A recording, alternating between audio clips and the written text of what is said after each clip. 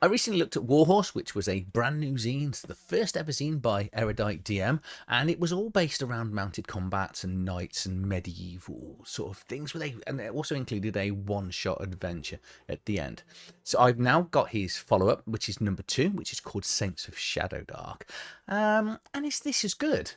This is, as you can guess by the title, so this is one that is going to be based around saints and religion. It's got 3 new classes, loads of religious sites in here, relics, miracles. Now, I'm not a religious person. I don't think that should have any bearing on this, but I did sort of think, no, is this theme going to be, because unless I'm playing a cleric type character, is this the sort of thing that's going to interest me? And actually, I was really surprised just how accessible and good this is, and how easy I can just actually insert this into my Shadowdark campaigns. I was initially like, I don't need to include this, but I'm probably getting more to my final thoughts at the end. So let's just get over to Drive Through RPG, and I can show you sort of where to pick it up, what's included as a basic. Then, as ever, I'll get into the book itself. We'll go through page by page so we can together have a look. Decide, as from a games master and player point of view, you can all be involved in this until we get to the adventure at the end, which is a one-shot for, I think it's 3rd to 5th level players, and I'll confirm that just as we're on Drive Through RPG. So let's just get straight over to Drive Through RPG. So here we have, it's written by Erudite DM. So this is zine number 2. He is, I believe, working on number 3. So it's obviously going well, which is really good. There's lots more inspiration that's come in. So we will see where these go. So these are 2 completely different zines between Warhorse and Saints of Shadowdark. So this is it is just a book around saints. It's got this religion order, the Leper Knights, a load of NPCs, maps, one-shot adventure. It's got dark saints, dead gods, the Leper Knights, loads of hermit tables, ecclesiastical gear. This is absolutely ram-packed. I was so surprised just how much I actually enjoyed this. Again, I don't mean that to be negative. I was just like, so I've never really done, in 30 odd years, had overly religious tones into my games, because it's just felt like an extra level of homework to include. But this makes it simple and easy. If you are going to pick this up, then please do consider using my affiliate link. Say it's available here through Drive Through RPG. It's a 49-page zine. For full disclosure, I did not pay for this. Erudite did send this to me, as he said, just have a look at it. He hasn't asked me to review it. No money's been exchanged for it. But obviously, if you are going to pick this up, please do consider using my affiliate link, because any money generated on my affiliate link, I just put back into the channel to buy more things to do reviews like this. Right, so let's just jump over to the front cover. Like Warhorse, he's gone for this sort of 2-tone cover. The first one was blue. This was green. So there's 2 different sort of tones of greens, which is quite nice. So I'm slowly moving away from that sort of black and white Shadowdark image. So I looked at all the letters from the dark, they're all different colours. So I know some people sort of kick back and go, it's not really a Shadowdark zine if it's not black and white, but I like it. And also they stand out more on your shelf when print on demand will be available. So we've got writing, design, layout by Mike Harron, who is Erudite DM. You can go and find him. He's on a variety of different places. He's got his own YouTube channel, and he's on X. He's probably on Facebook. He's on my Discord, I think. If he's not, he should be. Actually, I'm sure he is. Okay, so contents of the book.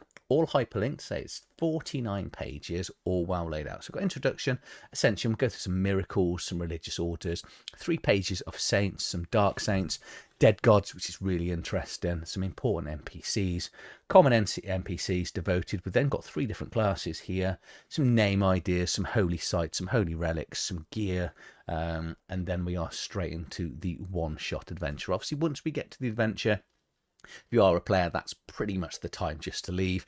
But, obviously, you can watch all the way through to there, and you can just send your games master over to run this, because this is it's a good little one-shot, actually. The idea of the adventure is brilliant, and I love it. And I think I'm hoping to get Mike in for an interview at some stage. I've got this sneaky feeling he's a massive fan of medieval history, just because based on the first and the second, this scene as well. Okay, so bit of background into the adventure itself, into here, and then like the first one, he's got this poem that I assume he's written it up because Ronsard, Saint Ronsard, is one of the saints in this book. So we've just got a D table here of 12 random miracles that you can go with, and then we're straight into some religious orders. What I'm not going to do is I'm not going to read through all of this, but I'll give you an idea, because things I always find hardest as a games master is coming up with names, and I do like the fact that the names are really good, like the Leper Knights of St. Lazarus, Blackfingers, the White Company. We'll just have a look at the White Company. Through 1,000 years, these elven knights and archers have defended the cause of Gede in the forest, protectors of the righteous and service peace. It's just, little bit descriptors. And then we're saying we've got 3 pages of saints here and how they became saints, because obviously is it normally or all the time? Again, skipping a lot of RE when I was at school. I think to become a saint, obviously you have to die, but you probably have to die in a certain way, because all of these do seem to have been killed in certain ways. Saints like we've got Saint Maria Foray impaled. So a warrior priestess who has led a failed crusade against the heretic Saucer King. Maria died impaled upon a spire of white thorns. Her blood caused the thorns to bloom with silver bloom. She invoked in defiance, despair, and vengeance. Her symbol is a single silver rose, as you can see down the bottom here. So yeah, all the saints have got their own little background and stories. And then really coolly, we have coolly. Is coolly a word? It's going to be from now on. We have got 4 dark saints, and these are people that have done something horrific to then sort of become saints for the sort of more chaotic sort of followers and gods. Page 13 here covers some dead gods. These are people that aren't really followed anymore, but you might find old statues out there or shrines in the areas. And there might even be a few people that actually follow them, or, you could use these just to create some new sort of cults and new religious sects for your game. Some important NPCs, and these are all tied into the previous saints that we've actually seen. So the whole of this, even the adventure, tallies in as well. And we've got some sort of layout here from an old cathedral, which is kind of weird that, I'm not religious. My father's funeral was in a cathedral because he was that religious. I guess I'm just a rebel. I did my eulogy speech in a cathedral, which is weird because I'd never really been in a cathedral before. Actually, I think it was the first time I went in the cathedral, and I never actually went with my dad. It was like a horrible... Actually, I think it was the first time I ever went into that cathedral. I never went when he was alive. It was... and he was a verger in the cathedral, and he was qualified at vicar as well by the time he died, which was... strange for me, but good for him. So we've got these important, the important NPCs carry on in here, saying it does vary. You've got lawful one, neutral ones, and chaotic. So depending on the sort of adventures you want to be running for your players, or important NPCs that you want to be running against the players. There's a lot in here. Then we've got some other common NPCs, and these are people that actually work around religious people. So you've got like an ink pot runner here, so a junior scribe hauling inks to the scriptoriums, because you don't think about it, if monks are writing and doing all their drawings that they were doing all the time, someone has to bring them ink. You'd think, because we all have pens now. So yeah, so people are just running around, and we've got the Templar Legate here, which is weary messengers carrying sealed missives between chapels. Hands tremble, hiding a secret. So yeah, I just like stuff that makes NPCs easier. If you are going to create your own saint, and you're going to have people that follow the saint, or you could use the pre-existing saint. We've got a D12 table of here of the sort of people that follow the saint. If you roll a 12, you can have executioners and torturers down here, and 4 leprosy and rotting diseases.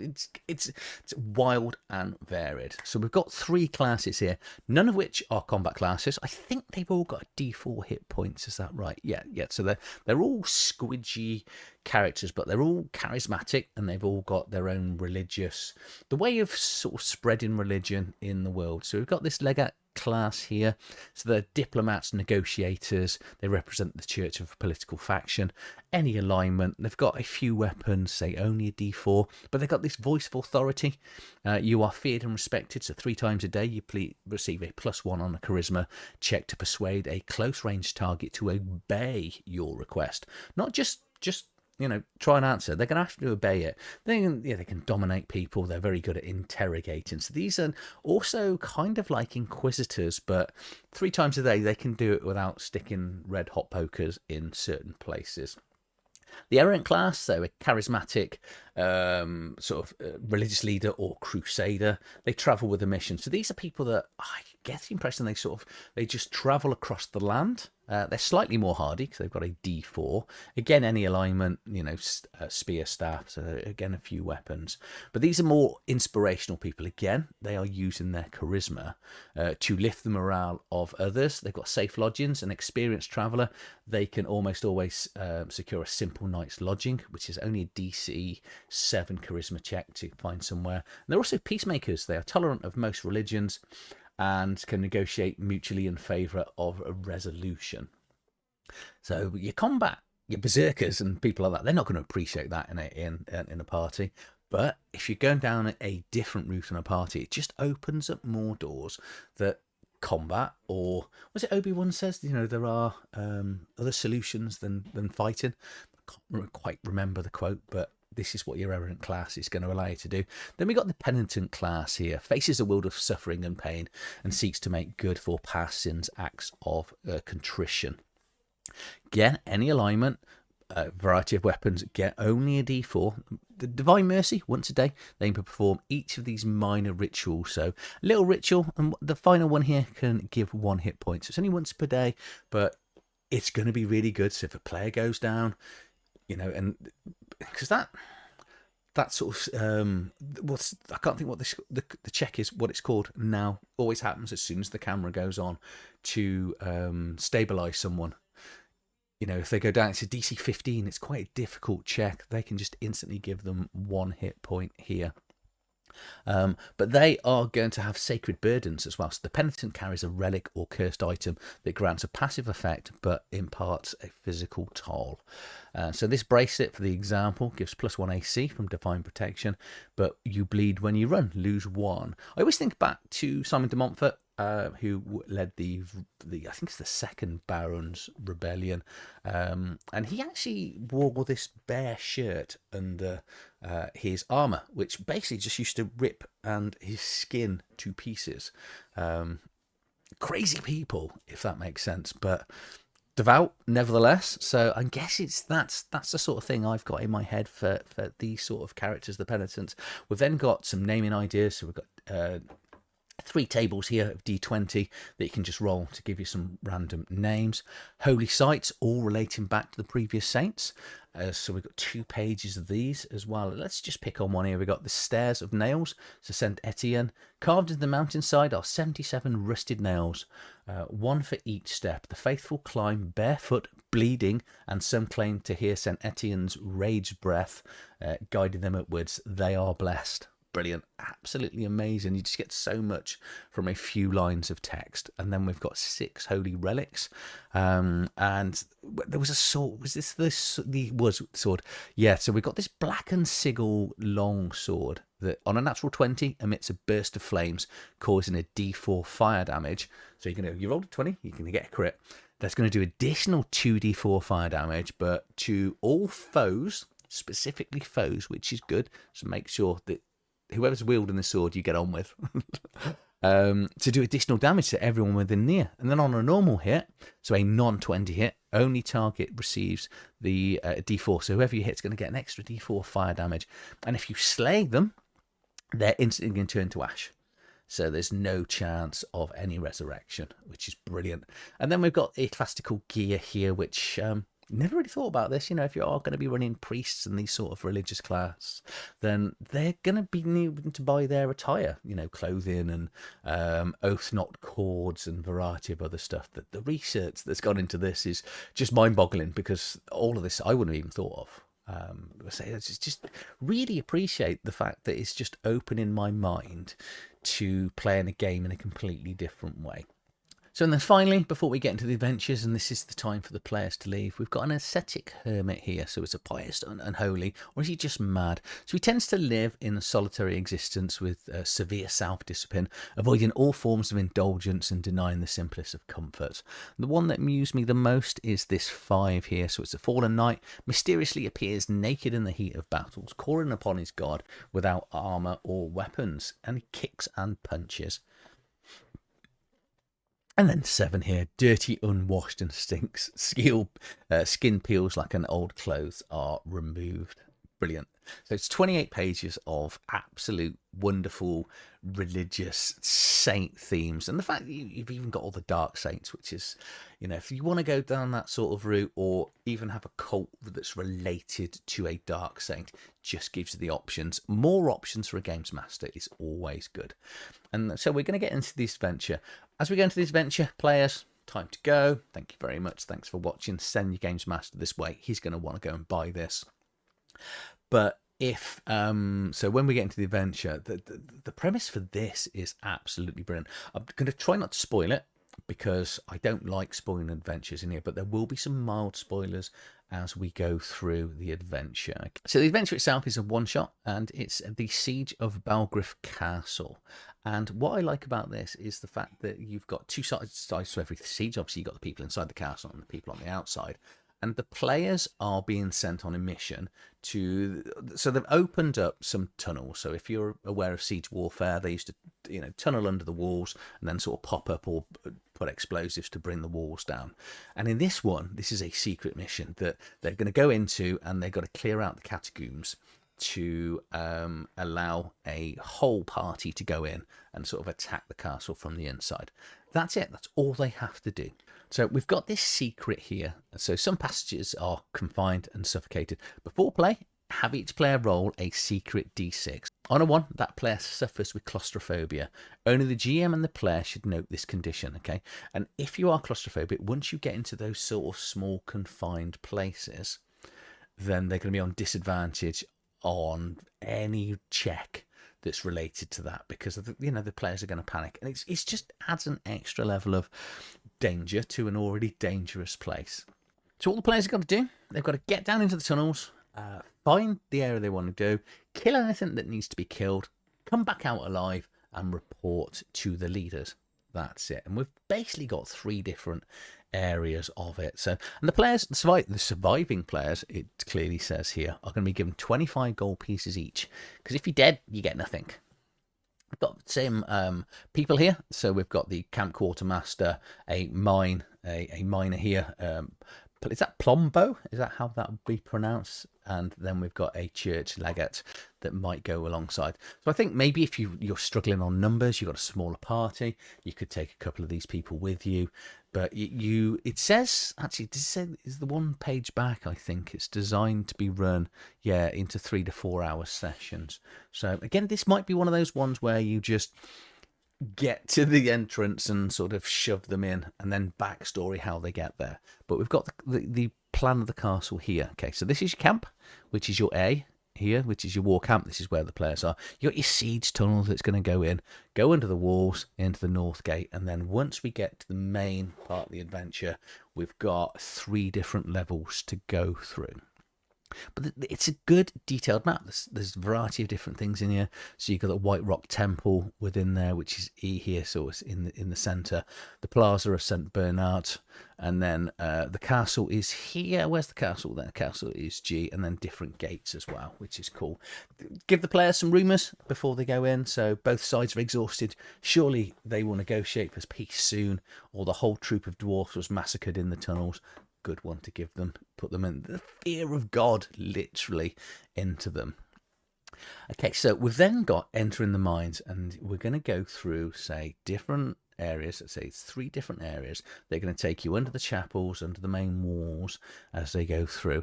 And these maps here are, the good thing is they can go off in slightly different directions, so it's not a completely linear map. Okay, it kind of is once they get to the end, because, you know, once they get to 8, you know, that is where they're sort of going to pop up within the inside of the walls.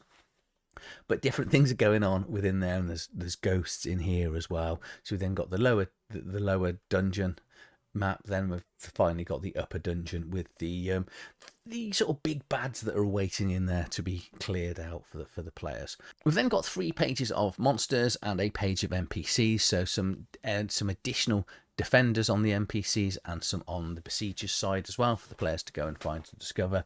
The monsters in here are pretty interesting as well. I'm not going to cover them.